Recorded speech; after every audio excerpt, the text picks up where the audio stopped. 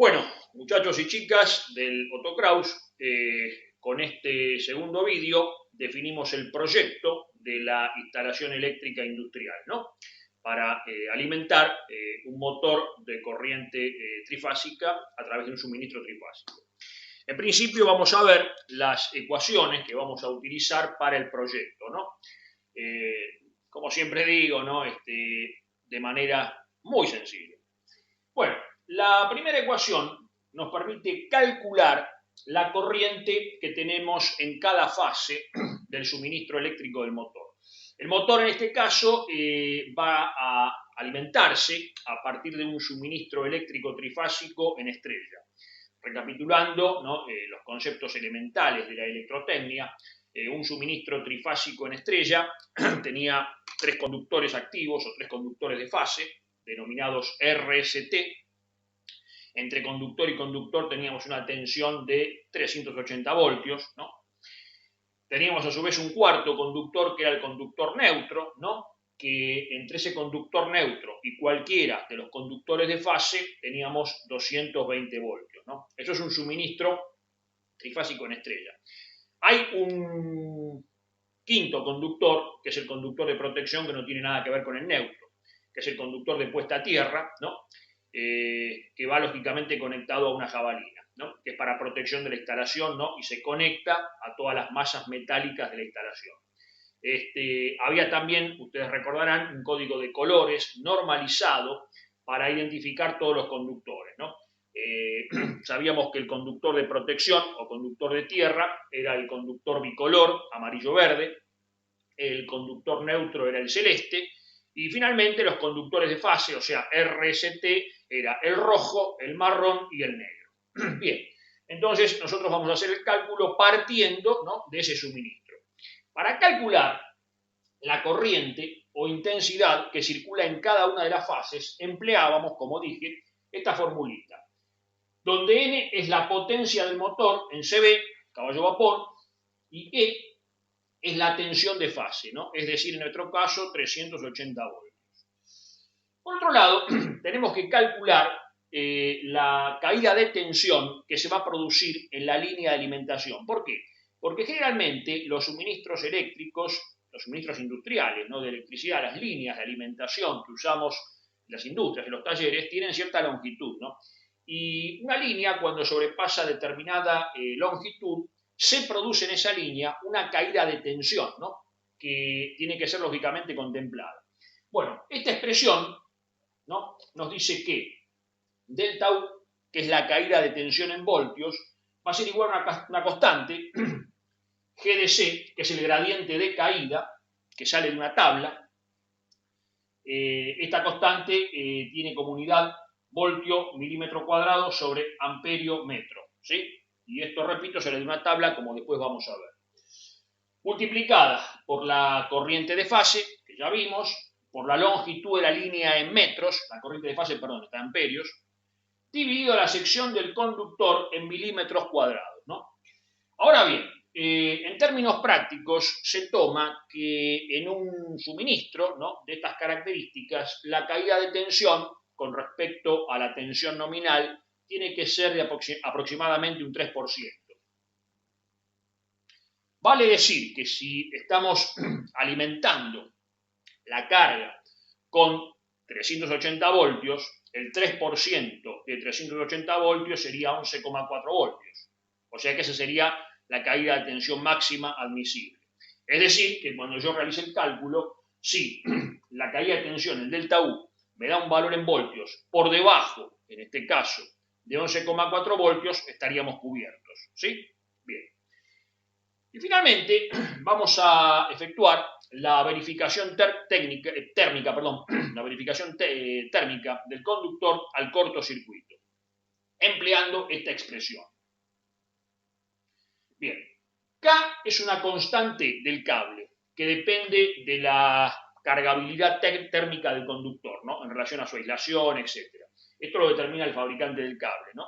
Y para nuestro caso, ¿no? Para un cable de cobre electrolítico aislado en PVC, o sea, policloruro de vinilo, esta constante vale 115, adimensional, no tiene unidades. Esta constante del cable elevada al cuadrado, por la sección del conductor elevado al cuadrado, tiene que dar un valor mayor o igual a la limitación de energía del interruptor termomagnético que vimos en el vídeo anterior, que se acuerdan que era la corriente de cortocircuito al cuadrado por el tiempo que duraba el cortocircuito. Todo esto expresado en amper cuadrado segundo, que era un dato que suministraba el fabricante del órgano de protección, es decir, del interruptor termomagnético, ¿no? Bien, entonces, con todas estas ecuaciones, ¿no? Vamos a proceder a hacer el cálculo, vamos a hacer un problema tipo y después ustedes van a hacer un proyecto muy sencillo, ¿no? Con los valores que les voy a dar en la plataforma.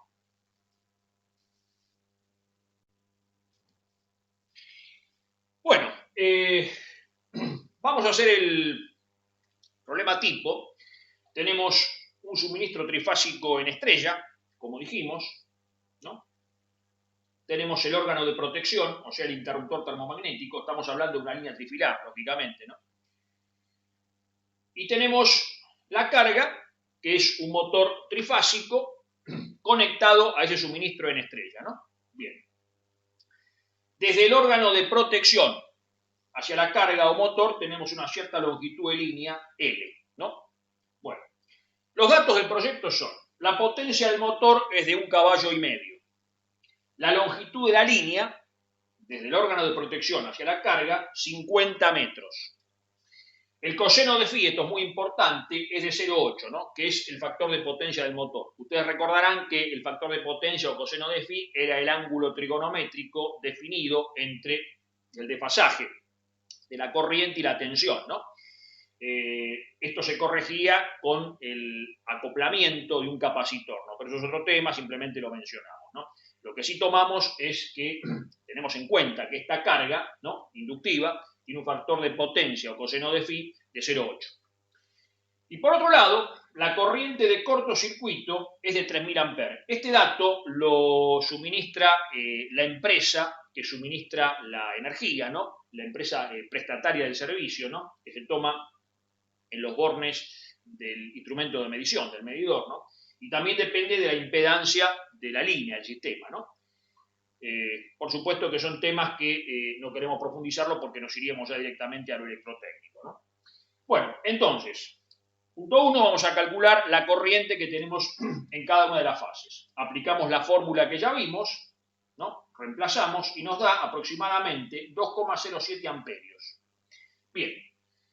Segundo, vamos a seleccionar ahora por tabla la sección del conductor más conveniente. Y por tabla, que yo la voy a mostrar, incluso para que ustedes puedan sacar una fotografía, ¿no? Después se las voy a mandar en PDF, pero ya con esto van a tenerla para poder hacer el proyecto y los cálculos.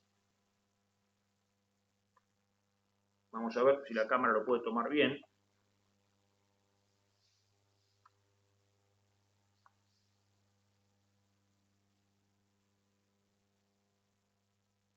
Tenemos dos tablas. La primera es la tabla con la cual seleccionamos la sección del conductor y la segunda seleccionamos el gradiente de caída para determinar la caída de tensión en la línea, ¿no? Bien.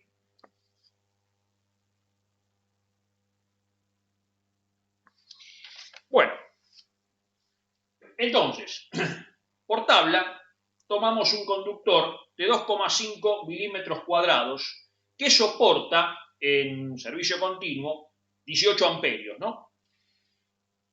Ustedes dirán, ¿podemos tomar un conductor de menor sección? Sí, pero ¿qué pasa? Hay una normativa que dice que para este tipo, ¿no?, de suministros, la sección mínima es de 2,5 milímetros cuadrados, ¿no? Aparte estamos plenamente cubiertos, porque fíjense que va a tolerar 18 amperios, ¿no?, en servicio continuo, cuando la carga está tomando aproximadamente 2 amperios, ¿no? Bueno, entonces ya seleccionamos con esto la sección del conductor que vamos a utilizar en nuestro proyecto. Ahora bien, vamos a determinar la caída de tensión porque es una línea larga, ¿no? Bueno, la caída de tensión delta U responde a esta expresión. El gradiente de caída según la tabla, vale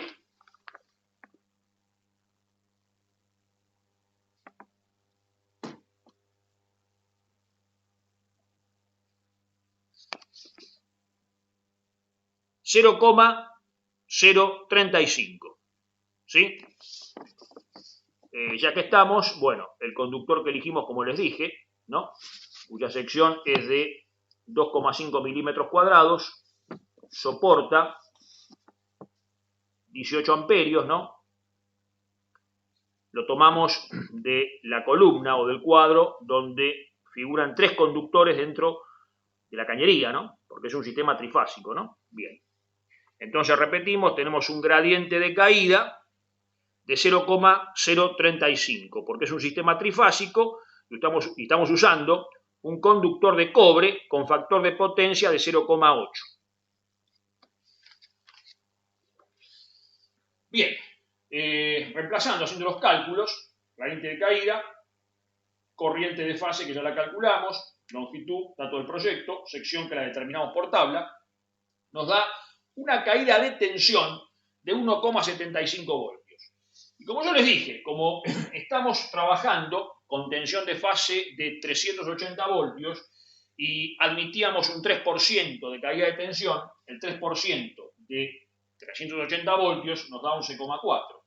11,4 contra 1,75 verifica plenamente, ¿no?, nuestro proyecto, ¿no? O sea que no tenemos ningún problema en cuanto a la caída de tensión.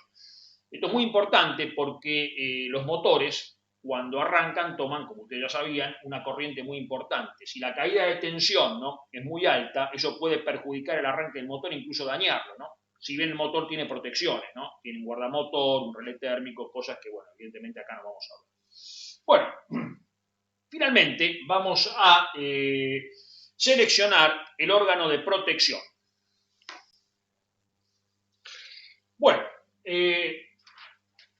vamos a determinar primeramente, en el punto 4, la verificación térmica del conductor al cortocircuito, ¿no? Utilizando la expresión que ya vimos. Bueno, K era la constante del cable, que dijimos que para un conductor de cobre electrolítico aislado en PVC valía 115, elevado al cuadrado. S es la sección del conductor, 2,5 milímetros cuadrados. Hacemos el cálculo y nos da 82.656. Entonces, nos vamos a la tabla que suministra el fabricante, ¿no? Es una tabla normalizada incluso, ¿no? Si estamos hablando de órganos de protección que cumplen las normativas en vigencia, ¿no? Nos vamos a la tabla 3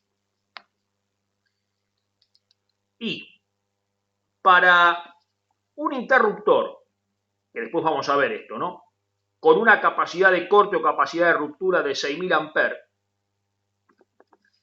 de tipo C, dijimos que en el video anterior clase C era la de amplio espectro, ¿no? Si bien esto es un motor eléctrico y tendríamos que usar la de clase D, pero como es un motor de muy baja potencia, un interruptor de tipo C es suficiente.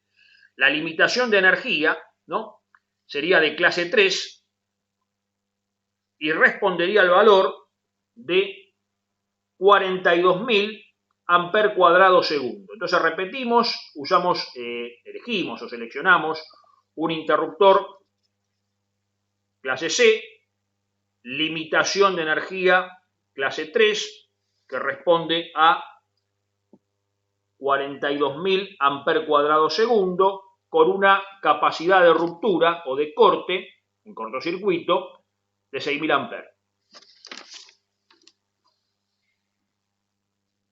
En consecuencia, queda verificada la capacidad, ¿no?, de protección térmica que tiene el conductor, ¿no? Evidentemente, fíjense que este valor, ¿no?, es superior a este, ¿no? Con esto verificamos, ¿no?, la respuesta térmica del conductor frente al cortocircuito, ¿sí? Con respecto a la corriente de cortocircuito, dijimos que seleccionábamos un interruptor de 6.000 amperes. ¿Por qué? Porque como este interruptor, en principio, estaría supuestamente colocado en lo que sería un tablero principal, ¿no?, por ser una instalación muy sencilla, hay una disposición, ¿no?, por ejemplo, que la cumple DEVA, ¿no?, la distribuidora eléctrica de Gran Buenos Aires, que establece que ese interruptor tiene que tener una capacidad de corte o de ruptura frente al cortocircuito no menor a 6.000 amperes, ¿no? Entonces, siguiendo esa normativa, usamos un interruptor con esa capacidad de corte, 6.000 amperes. Clase C, como dijimos, porque es una pequeña carga inductiva, es un motor de poca potencia, y una capacidad nominal, una corriente nominal del interruptor de 16 amperes, que la seleccionamos por la regla de la corriente nominal, que vimos en el video anterior. Esa regla, ¿no? Establecía que la corriente nominal del interruptor, ¿no? La corriente que maneja en condiciones normales, estaba en relación a la corriente máxima del conductor que salía de tabla, que ya la seleccionamos, ¿no? 18 amperes, y por otro lado a la corriente de la carga, ¿no? Que era en este caso el motor. Bien, entonces con todo esto ya nos quedó definido este pequeño proyecto, ¿no? Y yo ahora les voy a dar en su momento los valores para que ustedes hagan un pequeño proyecto de una instalación eléctrica de tipo industrial. Como siempre nos estamos viendo.